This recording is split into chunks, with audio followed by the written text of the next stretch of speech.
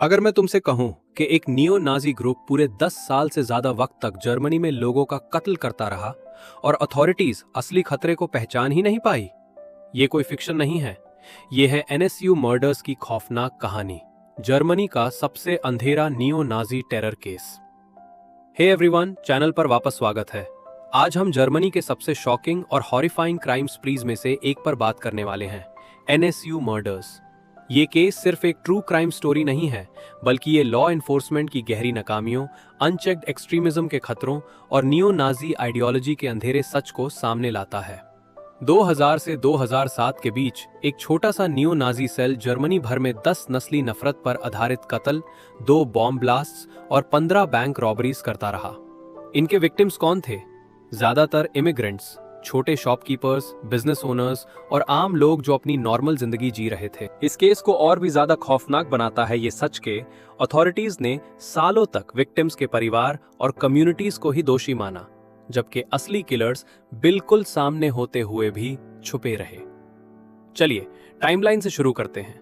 2000, पहला victim Enver शिमशेक, एक Turkish German small business owner, Nuremberg में गोली मारकर कत्ल कर दिया जाता है। पुलिस इसे एक रैंडम क्राइम समझकर इग्नोर कर देती है, हेट क्राइम के एंगल से देखा ही नहीं जाता।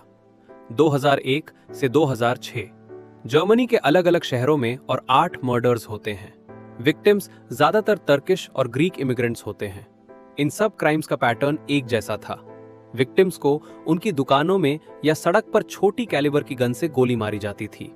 इसी दौरान बॉम्ब ब्लास्ट्स और बैंक रॉबरीज भी होती हैं, जिनके जरिए ग्रुप अपनी एक्सट्रीमिस्ट आइडियोलॉजी को फंड करता है। इन सब सालों के दौरान जर्मन अथॉरिटीज कभी भी इन डॉट्स को कनेक्ट नहीं कर पाती। और सबसे शॉकिंग बात, पुलिस विक्टिम्स के परिवारों को ही सस्पेक्ट करती रही, जो इंस्टीट्यूशनल बायस का एक डरावना एग्जाम्पल है।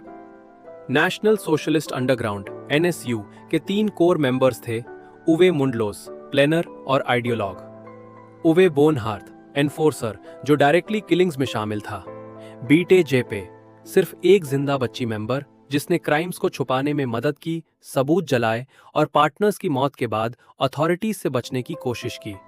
ये तीनों अपनी टीनेज से ही एक्सट्रीमिस्ट थे और नियो नाजी ग्रुप्स में डीपली इन्वॉल्व थे। इतने सालों तक बिना कोई ट्रेस छोड़े रहना उनकी प्लानिंग और सीक्रेसी को दिखाता है।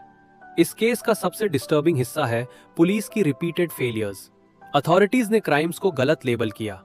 उन्होंने मान लिया कि ये क्राइम्स इमिग्रेंट कम्युनिटीज के अंदर ऑर्गेनाइज्ड क्राइम की वजह से हो रहे हैं।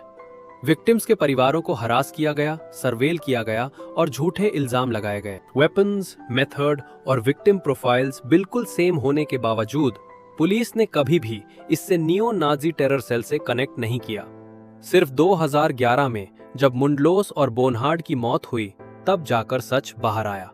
इस लापरवाही ने जस्टिस को डिले किया और एनएसयू को लगभग 10 साल तक कत्ल करते रहने का मौका दिया। नवंबर 2011 में सब कुछ बदल गया। एक फेल्ड बैंक रॉबरी के बाद मुंडलोस और बोनहार्ड एक सस्पेक्टेड मर्डर सुइसाइड में मर जाते हैं। कुछ ही वक्त बाद बीटे जेपे खुद को अथॉरिटीज के हवाले कर देती है और मीडिया स्टॉर्म शुरू हो जाता है। दुनिया को आखिरकार पता चलता है कि ये मर्डर्स रैंडम नहीं थे और ना ही इमिग्रेंट फ्यूड्स। ये सोची समझी आइडियोलॉजी बेस्ड किलिंग्स थी, नियो नाजीज के जरिए। एनएसयू ने सोसाइटी और इंस्टीट्यूशंस के ब्लाइंड स्पॉट्स का फायदा उठाया और सालों तक छुपा रहा। सच सामने आने के बाद पूरा जर्मनी हिल गया। लोग इसलिए गुस्से में थे क्योंकि विक्टिम्स के परिवारों को सालों तक ब्लेम किया गया, नियो नाजी आइडियोलॉजी को नजरअंदाज किया गया। पुलिस और इंटेलिजेंस एजेंसीज की सिस्टेमिक नेग्लिजेंस सामने आई। टोटल रिजल्ट: 10 लोगों की जान, अनेक ट्रॉमेटाइज्ड फैमिलीज और एक पूरा देश जो अपनी इंस्टीट्यूशंस पर सवाल उठा रहा था। बीटे जेपे का ट्रायल 2013 में शुरू हुआ, जो जर्मनी के लॉन्गेस्ट और मोस्ट हाई प्रोफाइल ट्रायल्स में से एक था। चार्जेस: मर्डर, टेररिस्ट ऑर्गेनाइजेशन का हिस्सा होना, आर्सन और एक्सेसरी क्राइम्स। 2018 वर्डिक्ट: बीटे जेपे को लाइफ इम्प्रिजनमेंट दी गई। दिलचस्प बात यह है कि दोनों मेल मेंबर्स कभी ट्रायल फेस ही नहीं कर पाए। उनकी मौत ने कई सवालों को बिना जवाब छोड़ दिया। ये सिर्फ एक हिस्टोरिकल क्राइम नहीं है, ये दुनिया भर के लिए वार्निंग है।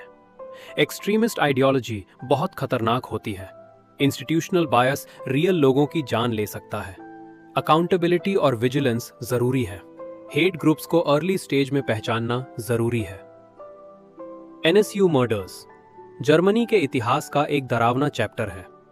10 साल तक आम लोग मरते रहे और अथॉरिटीज देखते रह गए। ऐसी कहानियों को समझना सिर्फ शौक के लिए नहीं, बल्कि सीखने और याद रखने के लिए जरूरी है, ताकि ऐसी फेलियर्स दोबारा ना हो। और याद रखो, जब विजिलेंस नहीं होती तब बुराई चुपचाप फैल जाती है। अगर ये स्टोरी आपको शॉकिंग या आई ओपनिंग लगी हो, वीडियो को लाइक करें, चैनल को सब्सक्राइब करें और इस वीडियो को शेयर करें ताकि अवेयरनेस बढ़े, क्योंकि सच इंपॉर्टेंट होता है, चाहे वो अनकंफर्टेबल ही क्यों ना हो।